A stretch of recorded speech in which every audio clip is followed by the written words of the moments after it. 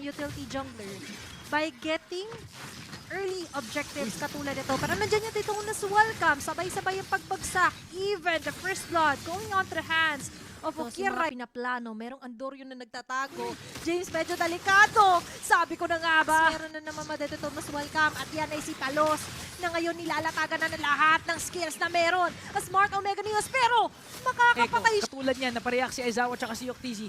This is gonna be a free lord for Omega. Pero may Godzilla. Pero nakita naman na si Ishkael ngayon na mag-i-initiate. Andyan yung untog. Pero yung lord makukuha pa rin dito ni Andorio. Pinakabalan niya Asal Echo. Tinamaan man ang karamihan sa mga members sa Smart Omega Neos. Pero yung damage nila, sasapat na nga ba? Pero si Andorio makakaspot ng isa pa. Si Palos. Oh my gosh! Smart Omega Neos.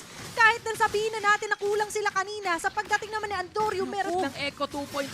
Ayan, may isa pa kinain dito si Dan. That's going to be James na ngayon. Makakapag-push through pa rin naman kasusunod-sunod. Ang terrify. Ito yung Curse Blast. Nilatag na nga lang din. Lasin Santi activated. Palos, buhay na rin. Ito ganun pa Aizawa nilatag.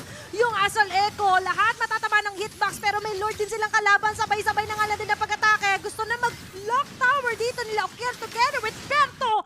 And that will be it. A Smart Omega Neos successfully takes their revenge. Muling nag-iingay ang barangay.